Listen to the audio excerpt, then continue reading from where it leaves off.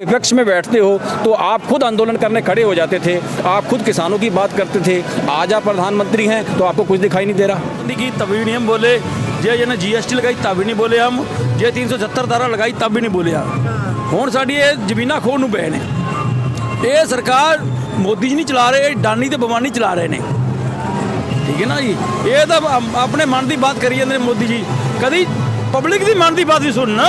मोदी वो आदमी है जिसने बचपन में घर बर्बाद कराया, जवानी में गुजरात बर्बाद कराया और बुढ़ापे में सारे देश में बर्बाद कर रहा है। यो है मोदी। तब तक यहाँ रहना है जब तक हमारे कानून वो वापस नहीं कानून काले कानून रद्द नहीं करेंगे। हक हमें दिया जाए, हमसे हमारे ज़मीनों के ऊपर जो ये नाजायज़ काले कानून जो बनाए हैं वो ना लगाए जाएं और हमें जो है फ्यूचर हमारा सिक्योर हो सके हमारे बच्चों का, उसके लिए है। एपी वाले ये कहते हैं कि किसानों को भी लोगों नहीं पता। किसानों को तो ये भी पता है मोदी जी कौन सी खेती कर रहे हैं। कभी हिंदुओं की खेती, कभी मुस्लिम की खेती, कभी सिख की खेती। 1.5 लाख का सूट पहनते हैं मोदी जी, कभी कम उनका कपड़ा देखा है कैसे पहनते हैं। और हम लोगों को कहते हैं ये कपड़े पहनते हैं किसान लोग जीन्सें पहनते हैं, किसान लोग ये चीज़ें पहनते हैं। बताओ, अगर हम खेती करते हैं हम अपनी खेती से पहनते हैं ना। अगर हम स्कॉर्पियो पे चढ़ते हैं वो भी हम अपनी खेती से चढ़ते हैं, ना कि मोदी जी हमें पैसा देता है। एक आदमी मूर्ख हो सकता है, लाखों किसान मूर्ख नहीं हो सकते। हम चिंगारी बनकर आए हैं, हम चिंगारी बनकर आए हैं, बदल जाएंगे अग्नि के शोलों में, जो जुल्म की टक्कर में इंसाफ हमारा नारा है। छोटी तारीखें दे रहे हो, कल की परसों की। अरे भाई को लंबी सी तारीख दे दो, 3 महीने की, 4 महीने की, 6 महीने की। किसान के पास समय है। ये तारीखों का नाटक क्यों कर रहे हो? जब 28 तारीख को पार्लियामेंट सेशन रख ही दिया तो इसमें क्या कहने में शर्म है कि मैं इसको सेंट्रल MSP कानून बना रहा हूँ, आपकी मांगों पे फैसला कर रहा हूँ, तो अब खुल के आ जाना चाहिए। यहाँ पढ़ाएं हम इंग्लिश स्कूलों में बच्चों को? हमें कहते हैं कि इनके बच्चे इंग्लिश स्कूल में पढ़ते हैं, ये इनके बच्चे इंग्लिश बोलते हैं, क्यों नहीं पढ़ाएं हम इंग्लिश स्कूलों में बच्चों को? हम अपनी कमाई से पढ़ाते हैं, ना कि हम मोदी जी हमें देते हैं खर्चा। मोदी ओ मैं चीन दे बार्डर ते मेरा पिता तेरे बार्डर ते मेरा चाचा तेरे बार्डर ते सानू उन्हें भाई समझिया भाई मेरे भरा तेरे बार्डर ते आंदा किदे उंगल ठा लवी मैं बार्डर छड़ के चीन दा ते आंदा दिल्ली दी इट नाल इट खड़का देवांगा। आंदा मोदी आंदा किदे मैं इट नाल इट खड़का देवांगा। मोदी हाल ही नहीं समझ लिया, वो कुचलिया जाएगा, ओनू समझा दियो, ओनू समझा दे मोदी जी कुचलिया जाएगा। साहब है वो तो बैठे कारगिल के बॉर्डर पे, चाइना के पास, चाइना के बॉर्डर पे। और जो फौजी साहब हैं उनके चाचा, उनके ताऊ बेचारे सिंह यहाँ बॉर्डर पे बैठे हुए, मोदी साहब के बॉर्डर पे बैठे हुए हैं। तो ये यही बोल रहे हैं कि वो वहाँ बॉर्डर पे बैठा है और उनके चाचा तो यहाँ बॉर्डर बैठे हैं। तो आप अपने विवेक से काम लो और इन काले कानूनों को वापस करो ताकि सारे लोग खुशी खुशी अपने घर वापस जाएं। लोकशाही है, लोकशाही की तरह इसको रहने दीजिए, इसको बिगाड़िए मत। ख्याल में 60 किसानों की मौत पे जो 56 इंच की छाती कहता था, आज 56 किसानों की मौतों पे एक वक्तव्य भी नहीं आया, तो वो 5.6 की छाती। आज इतनी किसी में गैरत नहीं रही कि मोदी एक शब्द भी इन किसानों के बीच में आके साबित कर दे कि मैं भी आपके बीच से निकला हुआ हूँ। अन्नदाता की पुकार है, इनकी पुकार को मालिक अवश्य सुनेगा। नमस्कार, मैं शंकर कुमार। इस वक्त हम दिल्ली और हरियाणा को जोड़ने वाली बॉर्डर यानी कि टिकरी बॉर्डर पे मौजूद हैं। यहाँ पे 42 दिन से किसान जो है देश के अलग अलग कोने से, चाहे वो यूपी हो, बिहार हो, झारखंड हो या फिर पंजाब हो या फिर हरियाणा क्यों न हो, यहाँ पे आप देख सकते हैं किसान जो है इसको लेके विरोध जता रहे हैं और वो साफ साफ यही कह रहे हैं कि जब तक इस कृषि कानून को वापस नहीं ले लिया जाता तब तक जो है हमारा विरोध जारी रहेगा। हमारे पीछे देख सकते हैं यहाँ पे जो है टेंट लगा हुआ है, यहाँ पे जो है भाषण देने वाले थे किसान और वो जो है अभी ख़त्म हो चुका है क्योंकि ये जो है शाम का वक्त है और कई दिनों से बरसात होने के कारण और ठंड होने के कारण जो है यहाँ पे किसान जा चुके हैं। उन्हें जो है अगले तैयारी करनी है क्योंकि आने वाले दिनों में 8 तारीख को जो है किसानों का जो है फिर से एक बार जो है सरकार के साथ जो है बात होने वाली है और वो यही मांग करने वाले हैं उस समय में भी कि ये बिल को जो है वापस लिया जाए। इसी को लेके जो है रणनीति बनने वाली है। तो आइए हम कुछ और किसानों से बात करने की कोशिश करते हैं और आगे की उनकी क्या रणनीति होती है उनसे हम जानने की कोशिश करते हैं।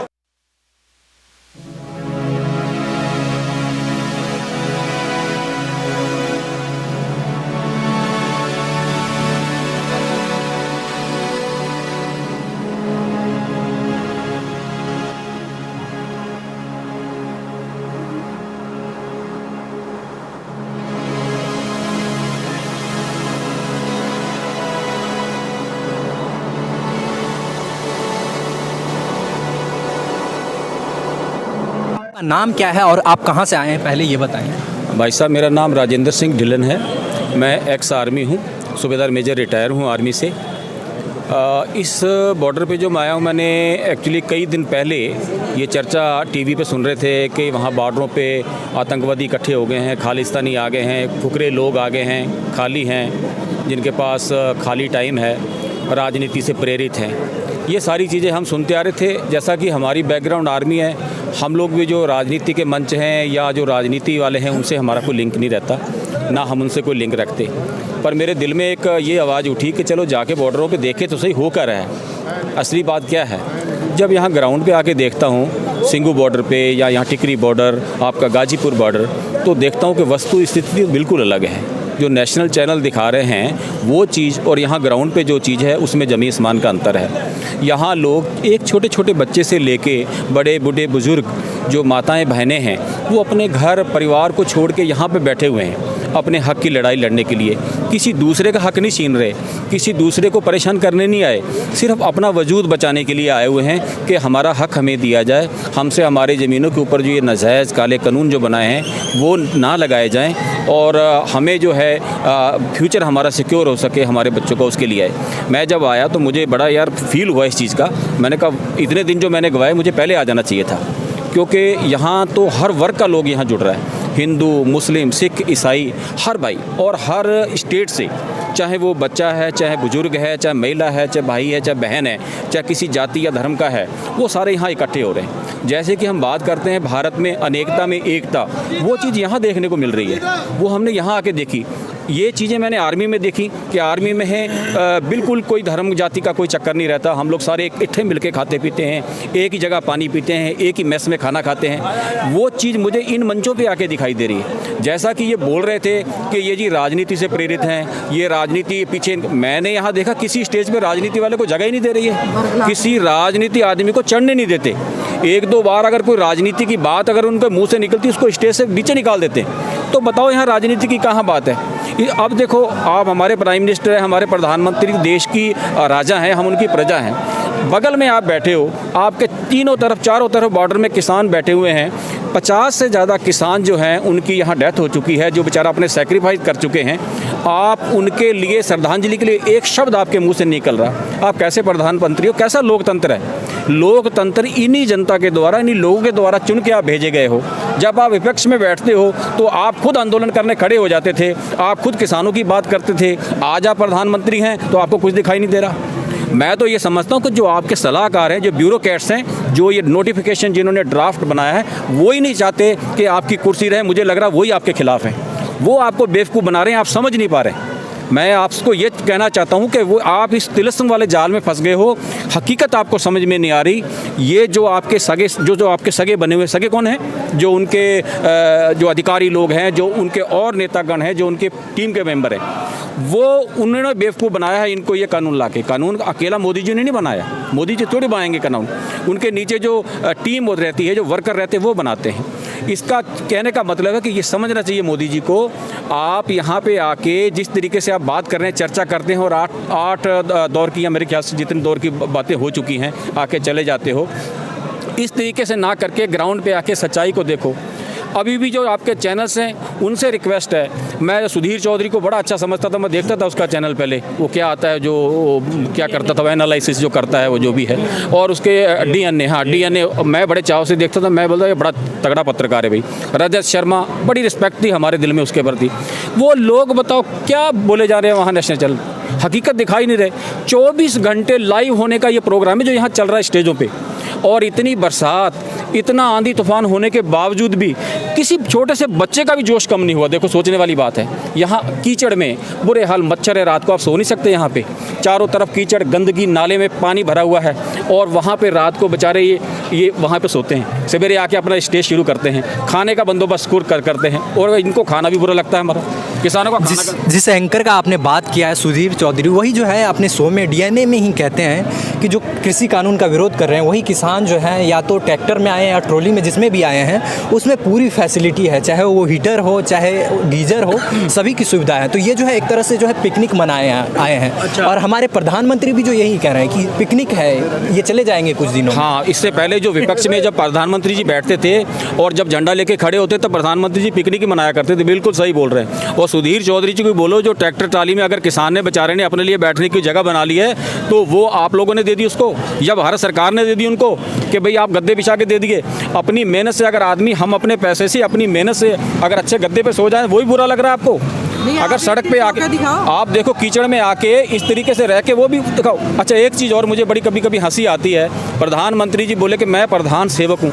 अरे सेवक तो हाथ जोड़ के नीचे नज़र झुका के रहता है। ये कैसा सेवक है जो ऐसे चाल देखिए आपने उनकी कैसे चलते हैं, जो ऐसे पता नहीं सारी दुनिया के जो है ना वो अकेले ही सब कुछ है, बाकी ये चाल है। अरे ये लोकतंत्र है भाई साहब, ये नॉर्थ कोरिया नहीं है, आप किंग जॉन नहीं हो। आप देश के प्रधान जैसे बोलते हो तो वाकई में प्रधान सेवक बन के रहिए। आप प्रधान सेवक तो हाथ जोड़ के रहता है, और ये इनको बगल में नहीं आवाज़ जा रही किसानों की। आप वहाँ जाके कच्छ में जाके किसानों से बातें कर रहे, झूठे मूठे किसान इकट्ठे करके। अभी कल परसों मैंने एक कल की बात है, वो 8-10 बंदे इकट्ठे करके रात को वीडियो बनाएगी। अभी जी आंदोलन ख़त्म है, बॉर्डर में से चारों तरफ से किसान भागते हुए जा रहे हैं, अभी सिर्फ राजनीति वाले बंदे खड़े। अब आप भी देखो यहाँ पे प्रोग्राम कर रहे हैं, आप ये यहाँ पे जो कवरिंग कर रहे हैं, आपको दिखाई दे रहा है कोई राजनीति वाला बंदा? ये इनमें से कोई राजनीति वाला बंदा दिखाई दे रहा है आपको? सब ज़मीन से जुड़े हुए बंदे हैं। मैं आर्मी से 30 साल नौकरी करके मैं आया हूँ। मैं आपको बोल रहा हूँ कि मैं कभी जाता नहीं इस चीज़ों में। मैं समझता था कि सब हाँ, जब यहाँ पे आके देखा तो मुझे दुख हुआ कि नहीं, ये तो जब से आंदोलन शुरू हो रहा तब से मुझे यहाँ आना चाहिए था। इसीलिए मैं सबसे अपील करता हूँ कि इसको गलत तरीके से मत लीजिए, साथ दीजिए किसान के साथ। सारा जो आपका व्यापारी है, सारा जो आपका आर्मी वाले, जो हम लोग मैक्सिमम आर्मी वाले जो हैं इसमें किसान के बेटे हैं, आपके पैरामिलिट्री वाले ले लो, आपके पुलिस वाले ले लो, उनकी जड़ क्या है? ज़्यादातर मैक्सिमम फार्मर्स के लड़के हैं। वो सबको दुख हो रहा है। आप खाली ये चीज़ मत लीजिए, इनको समझते हुए भी ना समझ मत बनिए। समझ आपको सब कुछ आ रहा है, मगर आप जो आदमी जाग रहा हो मगर सोने का बहाना करे, उसको आप कैसे जगाओगे बताइए आप? पर मैं बोलता हूँ ईश्वर इनको सद्बुद्धि दे और ये इनकी आवाज़ सुने। आज नहीं तो कल इनको सुननी पड़ेगी, क्योंकि ये सारे आंदोलन जिस तरीके से पीसफुली चल रहे हैं मैं देख रहा हूँ, इसमें कुछ भगवान की कृपा है, बाबा नानक की कृपा है। और सबसे ज़्यादा इस आंदोलन में देखो हम लोग का भाईचारा, ये जो भाईचारा बिगड़ा हुआ था, ये सिख है जी, ये मुसलमान है जी, ये सरदार है, जाट भाई टेढ़े, ये जी फलाना है, इस आंदोलन ने उनको इकट्ठा किया। हरियाणा, पंजाब, बगल बगल के हमारे प्रदेश, आपस में इन्होंने राजनीति को अपनी गलत नीतियों से इन्होंने आपस में लोगों को लड़ा के रखा। इस आंदोलन ने सबको इकट्ठा किया। हरियाणा वाला हमसे आगे, पंजाब वाला एक दूसरे से कंधे चढ़ा के, इस औरतें, बच्चे छोटे छोटे, आप तो सब देख रहे हो, बुजुर्ग जो बेचारे 80-80 साल के, वो भी लाठी टेक के धीरे धीरे यहाँ पे आंदोलन में बैठते हैं। ठंड में रात को बेचारे कंबल ओढ़ के बैठते हैं। तो ये वो वाली चीज़ नहीं है जो चीज़ें दिखा रहे हैं चैनल, वो कोई चैनल नहीं सही चीज़ दिखा रहे। आप लोग सारे भाई लोग जो आपके ये अपना सोशल मीडिया वाले जो इस आंदोलन को लेके, इसकी वजह से आंदोलन टिका हुआ, मैं आपको बहुत बहुत धन्यवाद बोलता हूँ, बहुत बहुत आपका थैंक यू। आप सच्चाई दिखाइए और ये झूठे जो एक दिन सच्चाई सामने आएगी, झूठ अपने आप छिप जाएगा। हाँ, जब झूठ होता है, झूठ का अंधेरा बहुत रहता है, आपके साथ सूरज को ढक लेता है बहुत, मगर आकर फिर सूरज निकल के आता है ना। इसी तरीके से इसकी सच्चाई आप लोग दिखा रहे हैं, उसके लिए बहुत बहुत धन्यवाद। इसी के साथ मैं बोलता हूं कि हम सारे भारतवासी हैं और मैं बोलता हूं भारत माता की, भारत माता की, संयुक्त जिंदाबाद, किसान एकता जिंदाबाद, किसान एकता जिंदाबाद। कहाँ से आए हैं? मैं पंजाब से, सर मुक्तसर से। आप किस लिए इस आंदोलन में क्यों आए? क्योंकि ये कहा जा रहा है कि ये किसानों के आंदोलन है, तो आप क्यों इस आंदोलन में? देखो जी, पहला नंबर था भी मैं पिंड कट्टियां वाली तो गुरप्रीत सिंह साबका सरपंच और कुल हिंद किसान सभा का जिला बीत प्रधान हूँ। और ये बात नहीं क्यों आए हैं, हम की धौन पे अंगूठा रख दिया मोदी जी ने। मोदी ने हमारी धौन पे अंगूठा रख दिया और गल घुटने के पड़े हैं, हमारे खेतों को छूने के लिए पड़ गए हैं। पहले जो नोटबंदी की तभी नहीं हम बोले, जे ना GST लगाई तब भी नहीं बोले हम, जे 370 धारा लगाई तब भी नहीं बोले हम। हुण साडी जमीना खोण नूं पए ने। ये सरकार मोदी जी नहीं चला रहे, डानी ते बवानी चला रहे ने, ठीक है ना जी। ये तो अपने मन की बात करी जाते मोदी जी, कभी पब्लिक की मन की बात भी सुन, पब्लिक की मन की बात सुन, फिर पता लगूगा भी कित्थे की देश दे विच हुंदा पिया है। ये कुर्सियां ते बैठ के नहीं हुंदा, ਤੇ 2-2 ਲੱਖ ਰੁਪਏ MP ਤਨਖਾਹਾਂ ਲੈਂਦੇ ਨੇ, ਐਨੀ ਤਨਖਾਹਾਂ ਲੈਂਦੇ ਨੇ, ਕਿੱਥੋਂ ਪੈਸਾ ਹੁੰਦਾ ਹੈ?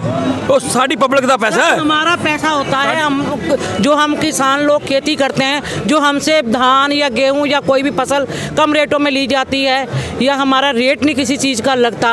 हम अभी तक गन्ने कितने फेंक चुके हैं, हमारा कोई रेट नहीं आया, हमारा एक भी पैसा नहीं आया। ना जो धान है हमारे, हमने अभी काटे थे, अभी वो भी हमारे वहाँ पे सोसाइटी में पड़े हुए उंकर रहे हैं। बताओ अब ये पैसा या ये तनख्वाहें जो ले रहे हैं सरकारी बंदे या मोदी जी या जिसको भी दे रहे हैं, ये सब हमारी ही है। मोदी जी अपनी जेब से नहीं दे रहे कुछ भी। मोदी जी को तो खुद का ही 1.5 लाख का सूट पहनते हैं मोदी जी। कभी कम उनका कपड़ा देखा है कैसे पहनते हैं? और हम लोगों को कहते हैं ये कपड़े पहनते हैं किसान लोग जीन्सें पहनते हैं, किसान लोग ये चीज़ें पहनते हैं। बताओ, अगर हम खेती करते हैं हम अपनी खेती से पहनते हैं ना। अगर हम स्कॉर्पियो पे चढ़ते हैं वो भी हम अपनी खेती से चढ़ते हैं, ना कि मोदी जी हमें पैसा देता है कि आप किस चीज़ पे चढ़ रहे हो या क्या कर रहे हो। हम लोग तो अपनी खेती करते हैं, उसी से हम सब कुछ चलाते हैं। अपने बच्चों को भी पढ़ाते हैं, अपने बच्चों को भी इस काम काबिल बनाते हैं कि जो हमारा बच्चा ऊपर ओहदे पे चढ़ सके, ना कि नीचे बच्चा हमारा रह सके। क्यों नहीं पढ़ाएं हम इंग्लिश स्कूलों में बच्चों को? हमें कहते हैं कि इनके बच्चे इंग्लिश स्कूल में पढ़ते हैं, ये इनके बच्चे इंग्लिश बोलते हैं, क्यों नहीं पढ़ाएं हम इंग्लिश स्कूलों में बच्चों को? हम अपनी कमाई से पढ़ाते हैं, ना कि हम मोदी जी हमें देते हैं खर्चा। मोदी जी ने तो ये भी कह रखा था, जब मोदी जी ने बनना था, मोदी जी ने ये अनाउंसमेंट कर रखी थी, पहले ये करते थे वादे कि सब किसानों के खातों में 15-15 लाख रुपया आएगा। वो 15 लाख रुपया कहाँ गया? वो तो 15 लाख का एक पैसा भी नहीं आया किसान में। क्या वो हमें ठगने के लिए कर रहे थे? मोदी जी को भी हमने ही बनाया है। अगर वोट दिए हमने तभी मोदी जी आज प्रधानमंत्री बने हैं। अगर हम चाहेंगे, जनता चाहेगी तो मोदी को अगर हमने बैठाया है तो मोदी जी को हम नीचे भी उतार सकते हैं। लेकिन वो आपको कह रहे हैं कि उनको तो समझ में नहीं है कि कृषि कानून बिल क्या है, या फिर जो भी आप किसी का विरोध करते हैं तो वो सब यही कहेंगे कि उनको जो है समझ नहीं है, इसलिए वो विरोध कर रहे हैं। नहीं, हम लोगों को सब हमें पता है। हमें क्या, हमें हम किसानी कर रहे हैं, हमें नहीं पता हमारे लिए क्या कर रहे हैं। हमारे साथ में 2-3 साल के लिए अंबानी औरों का कॉन्ट्रैक्ट वो करवा देंगे कि इतनी फसल में आप इतने में ले लेना। 1 साल या 2 साल वो हमारा रेट बढ़ा देंगे, उसके बाद तो हमारी ज़मीनें खींचेंगे। वो हमें कहेंगे हमें इस तरह के आलू चाहिए, हमें इस तरह का ही धान चाहिए, इससे कम अगर धान हो गया या इसमें पत्तल हो गई या इसमें कुछ हो गया, ये हम नहीं लेंगे। अगर हम गन्ना बोते हैं तो वो कह देंगे बस हमें इतना ही मोटा गन्ना चाहिए, अगर इससे कम मोटा होता है तो हम लेंगे नहीं। बताओ फिर हम क्या करेंगे? हमें क्या कानूनों की पता नहीं? हमें सब पता है कानून कौन से मोदी जी ने कर रखे हैं। इसका फैसला हमारे आगू करें, हम इस टिप्पणी पे बिल्कुल टिप्पणी ना करें। उसमें 3 कानून जो आए हैं हमें वापस लेने हैं, हम वापस जाएंगे लेके, और इसके बारे में जो हमारे आगू है ज़्यादा बात वो करेंगे, हम नहीं करेंगे। हमें तो ये है कि हमने वापस लेने, हम सपोर्ट के लिए बोल रहे हैं कि हमने तब तक यहाँ रहना है जब तक हमारे कानून वो वापस नहीं लेंगे, काले कानून रद्द नहीं करेंगे। आपने अडानी और अंबानी का जिक्र किया तो यहाँ पे एक सवाल उठता है कि ये बिल जो है ये तो सरकार लाई है, तो अडानी और अंबानी का विरोध क्यों? उन्होंने ही बनाया है ना, सलाहकार मारे हैं उसके। ये मोदी शाह है ना, जो ये इसके सलाहकार जितने भी हैं, सलाहकारों की वजह से ये कानून पास हुआ है, जो हम होने नहीं देंगे। ये किसानों में इतना दम है कि वो ये लागू होने नहीं देंगे, रद्द करवा के ही मानेंगे। जो करनाल की तरफ इन्होंने गोदाम बनवा दिए हैं उनके, क्या इन्होंने ये चीज़ें सब पहले ही कर रखी थी ना? तभी तो वहाँ पे इतने बड़े गोदाम बना दिए हैं जहाँ पे जितना मर्जी स्टोर कर सकते हैं। आज वही आटा अगर हम अपनी गेहूँ का करते हैं तो हमें 15 से 20 रुपए में मिलता है। अगर वही आटा ये अडानी अंबानी के उसमें लेंगे तो वो हमें कितने में मिलेगा? देखो ना, इनके रिलायंस में जाके रेट देखो। हमने बिल्कुल बायकॉट कर रखा है, कोई रिलायंस में नहीं जा रहे। जियो के हमने सारे सिम अपने तोड़वा दिए, हमें नहीं चाहिए जियो, ना हमें इनके मॉल चाहिए अडानी अंबानी के। हाँ, हम अपना हरियाणा चाहे हिमाचल, हरियाणा वाले बार ये बीजेपी वाले ये कहते हैं कि किसानों को भी लोगों नहीं पता। किसानों को तो ये भी पता है मोदी जी कौन सी खेती कर रहे हैं। कभी हिंदू की खेती, कभी मुस्लिम की खेती, कभी सिख की खेती। आज नया उदाहरण बताते हैं, योगी आदित्यनाथ आए हैं रोहतक मस्तनाथ मठ में, बल्कि परसों बदायूं में एक रेप हुआ है और इतना घिनौना वो हुआ है, शायद सारी हदें पार कर गए वो। उसमें लोहे का सरिया दे दिया और FIR भी लॉन्च नहीं। तो मोदी जी को ना तो गाजीपुर के किसान दिखाई दिए, ना टिकरी बॉर्डर पर बैठे किसान दिए, दिखाई दिए, ना 60 शहादत दिखाई दी किसानों की। वो पुजारी जो गया मटका, वो बहुत दिखाई दिया उनको, लखनऊ से सीधा रोहतक। हमें ये भी पता है बीजेपी कौन सा बीज डाल रही है, किसान उस चीज़ से भी सचेत है। ना ऐसा कोई बीज जन्म देंगे कि जो आगे इस चीज़ को भी गलत साबित करे। आज किसान शांत उससे तो बैठा है। 4 बार लाठी चार्ज का जिम्मेदार कौन है? खट्टर सरकार जवाब देगी। छोड़ दो पीछे क्या हुआ क्या नहीं। राजस्थान सीमा पे वो बैरिकेड किसने लगाए हैं? यहाँ तो चलो दिल्ली वालों ने लगा दिए, दिल्ली सरकार मोदी सरकार ने लगा दिए। वहाँ किसने लगाए हैं? शाहजहाँपुर बैरियल पे मैं मीडिया के उसमें जवाब लेना चाहता हूँ, कोई तो पूछ के बता दे। की दसना है हम सरकार ने लाई है। गरीब हो सकते हैं, अंधे तो नहीं हो सकते। एक आदमी मूर्ख हो सकता है, लाखों किसान मूर्ख नहीं हो सकते। बस जो बार बार ये मीडिया ये कहती है कि ये ऐसा नहीं होगा, हम तो बहुत दूर की तस्वीर देखते हैं। मेन मुद्दा ये है डानी बानी सरकार ਚਲਾਉਂਦੇ ਨੇ, ਉਹਨਾਂ ਨੂੰ ਪੈਸੇ ਨਾਲ ਇਲੈਕਸ਼ਨ ਲੜਾਉਂਦੇ ਨੇ ਤੇ ਸਾਨੂੰ ਵੇਚਦੇ ਨੇ। ਤੇ ਨਾ ਅੱਜ ਅਸੀਂ ਵਿਕਣੇ ਆ ਕਿ ਨਹੀਂ, ਜਿੰਨਾ ਇਹ ਵੇਖਿਆ ਉਹਨਾਂ ਦੇ ਸਾਡੇ ਸਦਕੇ। ਹੁਣ ਅਸੀਂ ਨਹੀਂ ਵਿਕਾਂਗੇ, ਸਾਨੂੰ ਸਮਝ ਆ ਗਈ ਸਾਰੀ ਇਹਨਾਂ ਦੀ। ਜਿੰਨੇ ਨਾ ਸਾਡੇ ਧੱਕੇ ਕਰਦੇ ਪਏ ਨੇ, ਅਸੀਂ ਨਹੀਂ ਧੱਕੇ ਸਵਾਂਗੇ। ਹੁਣ ਜੱਲਿਆਂਵਾਲੇ ਬਾਗ ਦਾ, ਅਸੀਂ ਜੱਲਿਆਂਵਾਲੇ ਬਾਗ ਦਾ ਅਡਵਾਇਰ ਤੋਂ ਬਦਲਾ ਲਿਆ ਤੇ ਵਾਨੀ ਤੇ ਗਵਾਨੀ ਤੇ ਮੋਦੀ ਆ ਬੈਠਾ। ਅਸੀਂ ਉੱਥੇ ਜਾ ਕੇ ਲਿਆ। ਕਈ ਦਿਨ ਪੈਣਗੇ, ਥੋੜੇ ਜਿਹੇ ਦਿਨ ਤੇ ਕੁਚਲਿਆ ਜਾਵੇਗਾ ਕਿਵੇਂ ਚੂਹਾ ਕੁਚਲਿੰਦਾ। ਤੇ ਅਡਵਾਨੀ ਕਾ ਗਮਾਨੀ ਕੋਈ ਕੁਚਲ ਦੇਵਾਂਗੇ। ਜੇ 7 ਸਮੁੰਦਰਾਂ ਤੋਂ ਪਾਰ ਜਾ ਕੇ ਅਸੀਂ ਅਡਵਾਇਰ ਤੋਂ ਬਦਲਾ ਲੈ ਸਕਨੇ ਆ ਤੇ ਵਾਨੀ ਗਮਾਨੀ ਤਾਂ ਬੰਬੇ ਮੇ ਹੈ। ਉੱਥੇ ਇੱਕ ਤਾਂ ਗੱਡੀ ਜਾਏਗੀ ਤੇ ਉਧਰ ਤਾਂ ਯਾਜ ਮੇ ਉੱਡ ਕੇ ਗਿਆ ਸੀ, ਉੱਥੇ ਗਿਆ ਸੀ ਕੱਲਾ। ਉੱਥੇ 26 जनवरी ਉੱਥੇ ਗਿਆ ਸੀ ਕੱਲਾ ਉਦਮ ਸਿੰਘ। ਇੱਥੇ ਯੋਧੇ ਕਈ ਉਦਮ ਸਿੰਘ ਜਾਵਣਗੇ, ਅਮਾਨੀ ਕੋ ਗਮਾਨੀ ਕੋ ਬੰਦੀ ਬਣਾ ਕੇ ਲੈ ਆਵਣਗੇ।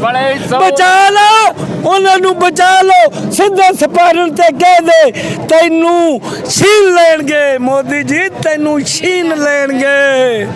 ਐਵੇਂ ਐਵੇਂ ਉਹਲੇ ਜਨਰੋ ਆਖ ਗਾਲ ਵਿੱਚ ਗਲਾਵਾਂ ਪਾ ਦੇਣਗੇ ਮੋਦੀ। ਅਸੀਂ ਬਣਾ ਵੀ ਅਸੀਂ ਤੇ ਲਾ ਵੀ ਅਸੀਂ ਤਖਤ ਤੇ। ਫਿਰ ਵੀ ਸਰਕਾਰ ਨੂੰ ਅਪੀਲ ਕਰਨੀ। 8 ਸਾਡੀਆਂ ਵੀ ਪ੍ਰੇਮ ਨਾਲ ਲੱਗੇ ਸਾਡੀਆਂ 8 ਮੀਟਿੰਗਾਂ ਹੋ ਚੁੱਕੀਆਂ ਜੀ। ਸਾਡੀ 9ਵੀਂ ਮੀਟਿੰਗ ਹੋਣੀ ਹੈ ਪਰਸੋਂ 8 ਤਰੀਕ ਨੂੰ। ਅਸੀਂ ਫਿਰ ਵੀ ਚਾਹੁੰਦੇ ਆ ਵੀ ਸਾਡਾ ਸ਼ਾਂਤੀ ਨਾਲ ਬਹਿ ਕੇ ਤਿੰਨੋਂ ਕਾਨੂੰਨ ਰੱਦ ਕਰਕੇ ਨਵੇਂ ਕਾਨੂੰਨ ਬਣਾਉਣ, ਬੈਠ ਕੇ ਕੋਈ ਸਾਡੀਆਂ ਗੱਲਾਂ ਸੁਣਨ, ਕੋਈ ਸਬਜ਼ੀਆਂ ਸੁਣਾਉਣ, ਬੈਠ ਕੇ ਨਵੇਂ ਕਾਨੂੰਨ ਬਣਾਈਏ ਤੇ ਸ਼ਾਂਤੀ ਨਾਲ ਉਹ ਵੀ ਆਦੇ ਕਰੇ ਸੁਖੀ ਵਸਣ, ਅਸੀਂ ਵੀ ਆਦੇ ਕਰੇ ਸੁਖੀ ਵਸੀਏ। ਨਹੀਂ ਤਾਂ ਅਸੀਂ ਆਪਦੇ ਹੱਕ ਲੈ ਕੇ ਜਾਵਾਂਗੇ ਤੇ ਅਸੀਂ 25 ਨੂੰ 26 ਨੂੰ ਉੱਤੇ ਝੰਡਾ ਵੀ ਨਹੀਂ ਲਾਉਣ ਦੇਵਾਂਗੇ। उन्होंने मना कर दिया तो ਉਹ ਯਾਰ ਉਹ ਬਣਾ ਕਰੀ ਜਾਣ, ਕਰੀ ਜਾਣ। ਅਸੀਂ ਲੈ ਲਾਂਗੇ, ਸਾਨੂੰ ਹੱਕ ਲੈਣਾ ਹੁੰਦਾ ਹੈ, ਸਾਨੂੰ ਹੱਕ ਲੈਣਾ ਹੁੰਦਾ ਹੈ। ਉਹ ਇੰਨੇ ਜਣੇ, ਅਸੀਂ ਕਿੰਨੇ ਜਣੇ? ਅਸੀਂ ਹੱਕ ਲੈਣਾ ਹੁੰਦਾ, ਇਹਨੂੰ ਲੈ ਲਾਂਗੇ। ਪੁਲਿਸ ਵੀ ਸਾਡੀ, ਸਾਡੇ ਪੁੱਤਰ ਉਹ ਜਵਾਨ ਵੀ ਸਾਡੀ। ਆ ਜਵਾਨ ਸਾਡੇ ਬੈਠੇ ਨਾ, ਇਹ ਸਾਡੇ ਜਵਾਨ ਹੈਗੇ, ਇਹ ਸਾਡੇ ਦਿਲੋਂ ਸਾਡੀ ਮਦਦ ਕਰਨਗੇ। ਮੋਦੀ ਦੀ ਨਹੀਂ ਮਦਦ ਕਰਨਗੇ, ਉਹ ਮੋਦੀ ਦੀ ਨਹੀਂ ਮਦਦ ਕਰਨਗੇ, ਸਾਡੀ ਕਰਨਗੇ। हम चिनगारी बनकर आए हैं। ਸਾਡੇ ਭਰਾ ਨੇ, ਸਾਡੇ ਧੀਆਂ ਪੁੱਤਰ ਨੇ, ਸਾਡੇ ਵੀਰ ਨੇ, ਉਹ ਸਾਡੇ ਜ਼ਮੀਨ ਦੇ ਬੱਚੇ ਨੇ। ਤੂੰ ਛੜਾ ਹੈਗਾ, ਤੇਰੀ ਕਿਸੇ ਨਹੀਂ ਮੰਨਣੀ। नहीं, ये आर्मी है या पुलिस वाले हैं, ये आप एक बात सुनिए। आप जो आर्मी या पुलिस वाले बंदे हैं, आज वो खड़े हैं बैरियर लगा लगा के या कुछ भी मोदी के उसमें, लेकिन वो हैं किनके बच्चे आपको ये पता है? वो सब किसानों के ही 50% क्या, मैं तो कहती हूँ 70-80% बच्चे जो हैं वो किसानों के हैं।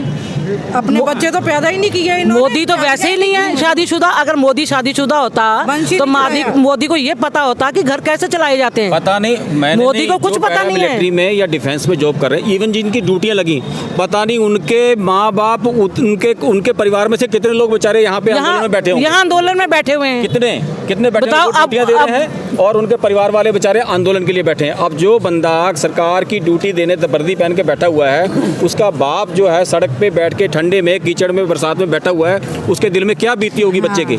मगर वो कितना मजबूर है। ये सरकार किस टाइप की है बताओ, कि लोकतंत्र में क्या इन्होंने क्या तानाशाही बना के रखी हुई है। अभी एक एक दो स्टेप ये आगे बढ़ें, कम से कम यहाँ बैठे हुए हैं, कुछ ये बड़े कुछ किसान बड़े, आपस में बैठ के समझौता करें, कम से कम 26 जनवरी सारे खुशी से उल्लास से मना के जाएं। तो ये इनको सद्बुद्धि दे भगवान, मैं तो बस हमेशा यही प्रार्थना करता हूँ। आपको पता है हम ना, तो माँ को दर्द होता है, और ये किसान रो रहा है तो इसको दर्द नहीं हो रहा क्या इसके दिल में? अब हम कल गाजीपुर बॉर्डर पे गए थे, मेरा 52 इंच का सीना कहाँ गया इसका सीना? 56 इंच का। 56 इंच का। हम जो हैं, हम कल गाजीपुर बॉर्डर पे गए थे क्योंकि हमें गाजीपुर बॉर्डर पड़ता है, लेकिन हम सब बॉर्डरों पे आ रहे हैं, यहाँ भी आए हैं, सिंधु बॉर्डर पे भी गए थे, सब गए थे।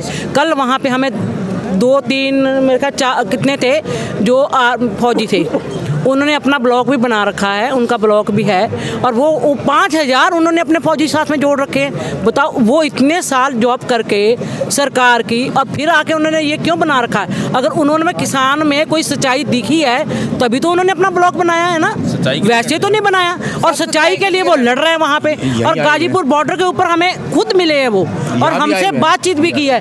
यहाँ पे भी आए होंगे, वो सिंधु बॉर्डर पे भी गए होंगे, क्योंकि अगर उनमें समझ है तभी तो उन्होंने अपना इतना बड़ा बना रखा है नेटवर्क। अगर उनमें कुछ ये नहीं होती समझ, तो वो अपना इतना बड़ा नेटवर्क नहीं बनाते। जो उन्होंने हमसे भी बातचीत की, जब हमने कहा, हमने उनको पहचान लिया, हमने कहा हम तो आपका ब्लॉग देखते हैं, उन्होंने बड़े खुश हुए, कह रहे हैं हम तो इतने जाने हैं, हमारे सब में घूम रहे हैं। तो हमारा मन इतना खुश हुआ कि हमारे फौजी भाई हमारे साथ हैं। और बताओ, इससे ज़्यादा हमें और क्या, ये भी हमारे फौजी हैं, और हमें इतनी खुशी हुई कि वो भी किसान के बेटे हैं। और जब हमने उनसे पूछा कि आप क्यों हो, तो उन्होंने हमसे एक ही जवाब दिया कि हम भी किसान के ही बेटे हैं। अब बताओ, उनको क्या जवाब देगा मोदी? आर्मी है या किसान पुलिस है या कोई भी है, वो सब ही किसान के बेटे हैं। ये चीज़ मोदी को समझनी चाहिए। ये मोदी बिल्कुल समझ में नहीं आ रहा मोदी के, और मोदी को एक ना एक दिन समझेगा। ये अगर 26 जिस तरह इन्होंने एक वो किया था कि जोड़ा उठा के चल दूंगा, अगर 26 तारीख को किसान ने झंडा लहरा दिया, भाषण किसान का होगा, मार्ग पे अगर किसान का मार्च निकल गया तो शायद वो जोड़ा उठा के जाने का समय नहीं होगा, वो तो आत्महत्या करने का समय होगा। ये देश के प्रधानमंत्री के लिए सबसे बड़े दुर्भाग्य का समय होगा वो, जिस समय वहाँ किसान भाषण देगा। किसान के लिए तो गर्व का है कि किसान भाषण देगा, लेकिन प्रधानमंत्री ऐसे अहंकारी प्रधानमंत्री के लिए सबसे बुरा समय होगा जब देश का प्रधानमंत्री आत्महत्या के लिए तैयार होगा, वो समय होगा।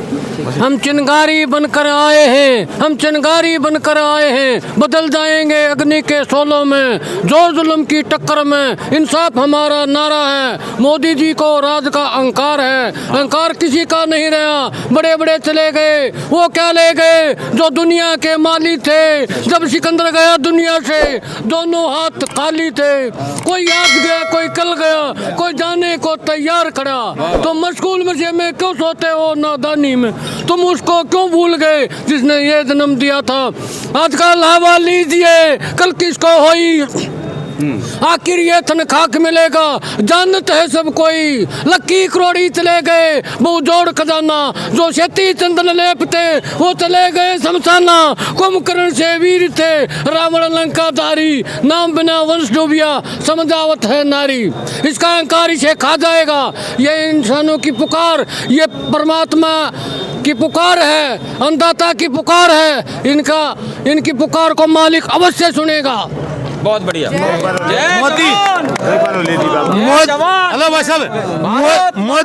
मोदी वो आदमी है जिसने बचपन में घर बर्बाद कराया, जवानी में गुजरात बर्बाद कराया, और बुढ़ापे में सारे देश ने बर्बाद कर रहा है। यो है मोदी। कारगिल आर्मी दा जवान बैठा, वो किथे बैठा? चीन दे अगों। उन्हें की आख्या? सीधा लैब करके उसने आख्या, मोदी ओ मैं चीन दे बार्डर ते मेरा पिता तेरे बार्डर ते मेरा चाचा तेरे बार्डर ते सानू उन्हें भाई समझिया, भाई मेरे भरा तेरे बार्डर ते आंदा किदे उंगल ठा लवी, मैं बार्डर छड़ के चीन दा ते आदा दिल्ली दी इट नाल इट खड़का देवांगा।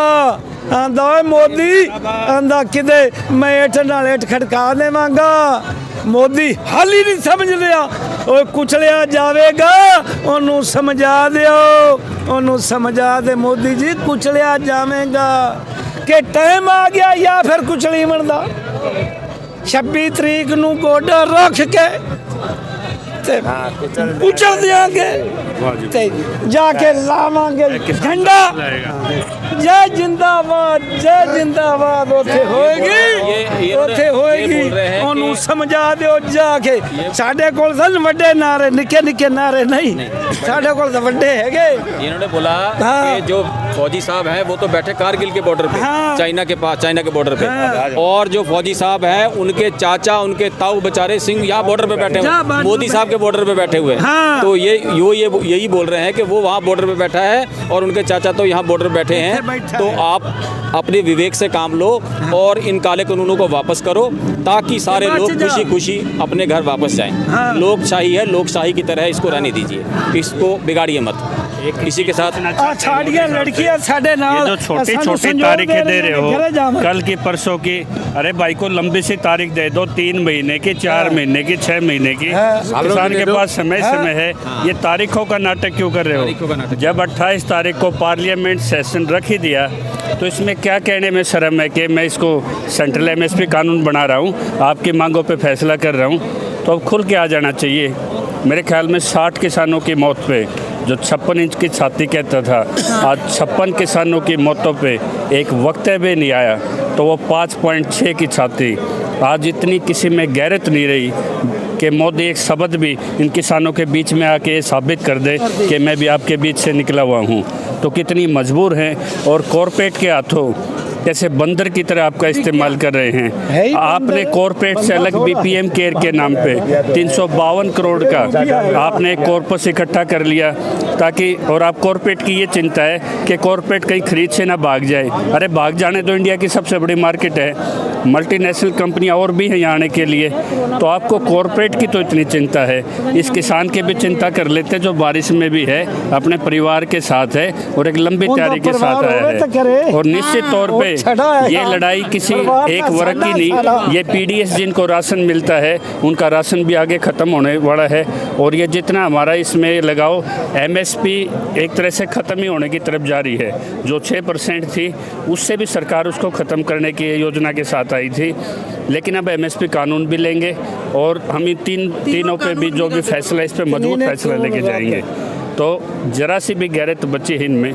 तो पहले तो ये जो जिन्होंने सड़कें उखाड़ी थी, आज सुप्रीम कोर्ट में उन पे याचिका है, आप उन पे कार्रवाई कीजिए।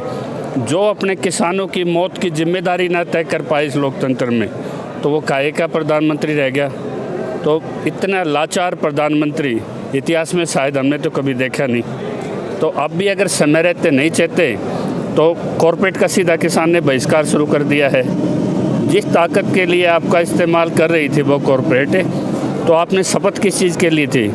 कभी चाय वाले बन गए, कभी आप भिखारी बन गए। जो संघ में जिन्होंने चंदा इस किसान से लिया, उस खट्टर ने 5-5 किलो अपनी मंडियों में इनसे मदद मांगी थी। आज उसी अन्नदाता से पूछ रहे तेरे पास 6 महीने का स्टॉक कहाँ से आया, तेरी सपोर्ट कहाँ से है। अरे जो सेना पे, जो बॉर्डर पे लड़ता है, किसान और जवान में फ़र्क ही क्या है? ये बहुत बड़ी फ़र्क नहीं होता। अगर दोनों एक ना होते तो NSG से पंजाब हरियाणा के कमांडो क्यों हटा दिए? आप डरे हुए हैं, आप सहमे हुए हैं और कई विपक्ष और किसान मिलके आपका शिकार ना कर ले। तो अब भी समय है, आप इस पे फैसला लीजिए। और हमारे एक हरियाणा में हमारे वो हैं दुष्यंत जी, किसे इसी बहू किसे न मिल जाए ना संस्कारी, जैसे खट्टर को हमारी दुष्यंत मिल गई तो भाई बल्ले बल्ले हो जाए। बहू तो बहुत बढ़िया उसके है, लेकिन भाई वो नेता कहाँ गया? वो नेता तो कहाँ गया? उसका चाचा कल आ गया अपने विधानसभा के पद को छोड़ने के लिए भी तैयार है यहाँ पे। लेकिन हरियाणा के आदमियों को अभी ये समझ नहीं लगी, किसानों को पॉलिटिकल सेंसस जो बनता है, पॉलिटिकल मैंडेट बनता है। JP का आंदोलन देख लीजिए आप, उसमें सभी छोटे छोटे विपक्ष, छात्र वगैरह मिलके बड़ा आंदोलन खड़ा हुआ। आज जब सारी छोटी छोटी पार्टियां मिलके क्यों नहीं पॉलिटिकल मैंडेट किसान के आंदोलन को फॉलो करके वो खड़ा करते? वो भी इंतजार में बैठे कि किसान के कंधे पे रख के अपना शिकार कर लें। आज हम उनकी भी आलोचना करते हैं, चाहे जिसकी 30 सीट हैं या 6 सांसद हैं, आज वो किसानों के साथ पॉलिटिकल बैकअप क्यों नहीं देते? तो किसान इस चीज़ को खेल को समझ चुका है। कहीं ऐसा ना हो कि अगली बार विधानसभा पार्लियामेंट में हमारे किसान ही दिखाई दें। और होने चाहिए। 26 जनवरी